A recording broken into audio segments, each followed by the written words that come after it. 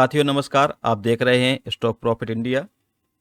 आज हम इस वीडियो में ऐसे कंपनियों का रिव्यू करने जा रहे हैं जहां पे एफआई ने लास्ट क्वार्टर में अपने स्टेक को बढ़ाया हुआ है। तो ऐसे स्टॉक में आपको एक मोमेंट ज़रूर मिलेगा, लेकिन उस मोमेंट में आपको स्टॉप लॉस रखना बहुत कंपलसरी होता है, क्योंकि जहां पे मोमेंट होता है वहां पे रिस्क भी ज़्यादा होता है। तो मोमेंट को कैसे कैप्चर किया जाता है, यदि आपको ये नहीं जानकारी है तो आप हमारे करीब आ सकते हैं, हमसे सीख सकते हैं। यदि आपको आता है तो हम ऐसे स्टॉक आज लेके आए हैं जहां पे आपको एक मोमेंट दिखाई देगा और उस मोमेंट का फ़ायदा आपको लेना है, उसके लिए स्टडी कर सकते हैं। तो आज हम ऐसे ही स्टॉक लेके आए हैं। तो पहला स्टॉक है स्पाइस जेट लिमिटेड। इसमें प्रमोटर ने अपने स्टेक को 14% बेचा है और वो पूरा का पूरा जो खरीदारी की है वो एफआई ने की है। तो यहाँ पे हम देखें तो लास्ट क्वार्टर में यहाँ पे म्यूचुअल ने सेल किया है।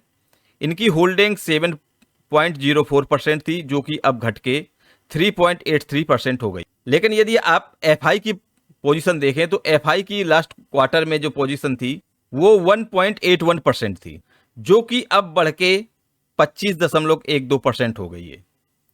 तो यहाँ पे बहुत बड़ा स्टेक एफआई ने उठाया है, लगभग 24% के आसपास स्टेक बढ़ाया है। तो आप इसको देख सकते हैं। बाकी हम चार्ट में देखने की कोशिश करते हैं कि इसका मूवमेंट कब और कैसे मिल सकता है। तो ये स्पाइस जेट का चार्ट है और यहाँ पे आप देखें तो इसमें एक मूवमेंट क्रिएट होता हुआ दिख रहा है। आरएसआई इंडिकेट कर रही है कि यहाँ से एक मूवमेंट होगा और साथ में कैंडल जो पैटर्न है वो भी इंडिकेट कर रहा है। यहाँ पे आप देखिए एक बुलिश कैंडल इन्फॉर्म कर रही है और यहाँ पे जो हमारा पहला टारगेट होगा, यदि हम इस ड्रॉ लाइन को और आगे ले जाएं तो आपका जो पहला टारगेट निकलेगा वो करीब 66-67 रुपये का यहाँ पे दिखाई दे रहा है।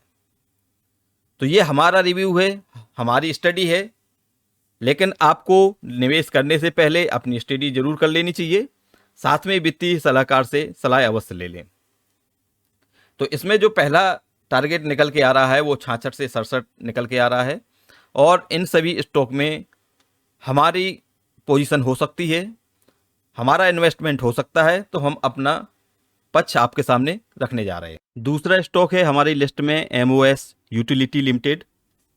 इसमें भी एफआई ने अपने स्टेक को बढ़ाया है और थोड़ी मात्रा में नहीं बढ़ाया है, बहुत बड़ी मात्रा में बढ़ाया है।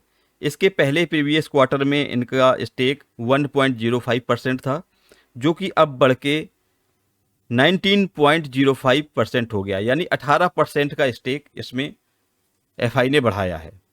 तो इसका जो तरीका होता है देखने का कि क्या हम सही एंट्री करने जा रहे हैं या एफआई यहाँ से अब निकल चुके हैं, क्योंकि कोई भी इन्वेस्ट करता है वो प्रॉफिट के लिए इन्वेस्ट करता है। यदि उसे प्रॉफिट मिलता है, उसका जो टारगेट होता है वो टारगेट समय पे निकल के आ रहा है, तो वहाँ पे प्रॉफिट बुक करना ही सही समय एक सही निर्णय होता है। तो यहाँ पे हम देखने की कोशिश करते हैं एमओएस यूटिलिटी में कि चार्ट में क्या पिछले क्वार्टर में जहाँ पे 18% का स्टेक बढ़ाया है उसमें क्या प्राइस एवरेज रहा है। तो ये चार्ट आपके सामने है और यहाँ पे हम देखने की कोशिश करते हैं कि वो जोन क्या है जहाँ पे एफआई ने स्टेक बढ़ाया है और वहाँ पे प्राइस क्या चल रहा था, यानी पिछले 3 महीने का प्राइस क्या है।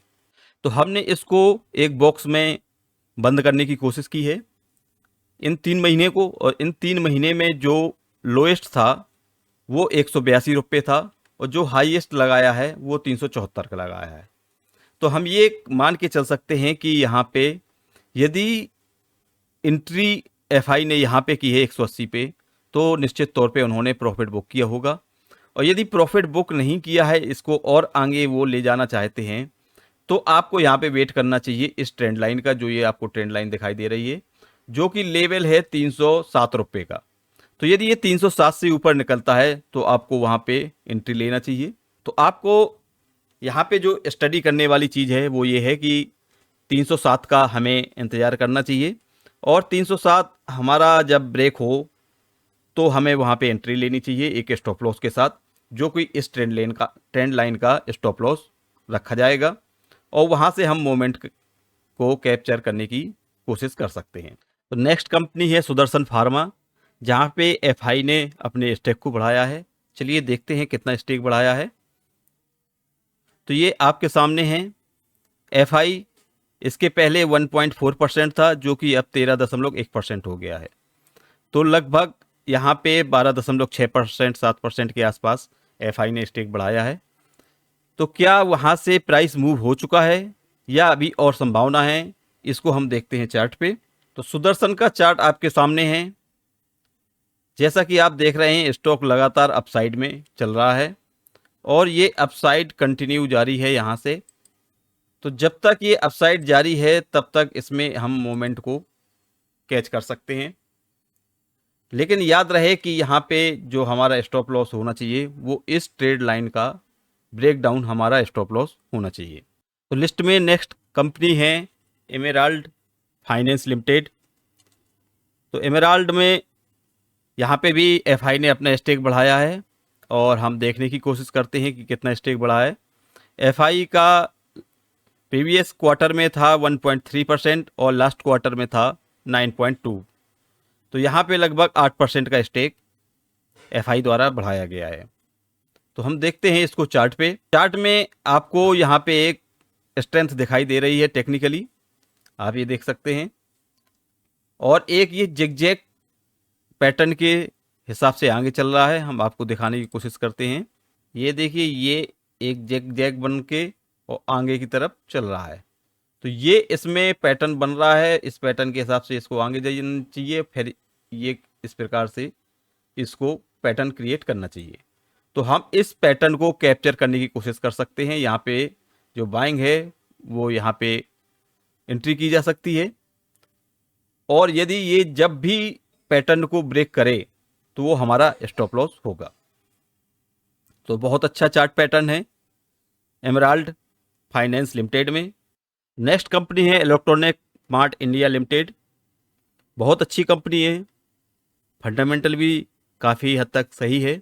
इसमें हम देखते हैं कि एफआई और डीआई की क्या पोजीशन। प्रमोटर की होल्डिंग 65.2% है और एफआई ने 5% से अपने स्टेक को 8.8% किया है। वहीं डीआई ने भी अपने स्टेक को बढ़ाया है, 17 से 18.9% किया है। पब्लिक ने भी यहाँ पे स्टेक बढ़ाया है। तो माल बेचा किसने है? माल बेचा है प्रमोटर ने। प्रमोटर पहले 73% था, जो कि 65.2% आया है। तो यदि मार्केट ने ये माना है कि प्रमोटर ने जो स्टेक सेल किया है वो कंपनी के ग्रोथ के लिए ही यूज करने वाले हैं, तभी यहाँ पे एफआई और डीआई ने अपने स्टेक को बढ़ाया है। तो हम कोशिश करते हैं इसको चार्ट में देखने की। 2023 यानी एक साल से ये एक जोन में फंसा हुआ स्टॉक है। तो ये एक ही जोन में फंसा हुआ स्टॉक है, जो कि रेंज है 200 250 से और 180 के बीच की। तो बहुत लंबा कंसोलिडेशन फेज इसने बिताया है, एक साल से लगभग का। अब यहाँ से जो इसमें करेक्शन होना था प्राइस वाइज टाइम वाइज, वो करेक्शन लगभग पूरा होता हुआ दिखाई दे रहा है। तो यहाँ पे एक बहुत अच्छा समय है कि यहाँ पे हम अपने पोजीशन को लें और हमारी पोजीशन को लगभग 250 तक होल्ड करके जाएं। तो इसको आप स्टडी कर सकते हैं। तो नेक्स्ट स्टॉक है पीई एनालाइटेक लिमिटेड। इसमें एफआई ने जो अपने स्टेक को बढ़ाया है वो देखने की कोशिश करते हैं। तो चार्ट आपके सामने है, डेटा आपके सामने है। यहाँ पे एफआई ने 6.6% से अपने स्टेक को 10.6 किया है। तो यहाँ पे 4% का स्टेक एफआई ने खरीदा है लास्ट क्वार्टर में, और इसको हम देखने की कोशिश करते हैं चार्ट में कि क्या यहाँ पे संभावनाएं हैं। तो ये चार्ट आपके सामने है। यहाँ पे जो सपोर्ट ले रहा है वो 236 रुपये का सपोर्ट ले रहा है ये स्टॉक।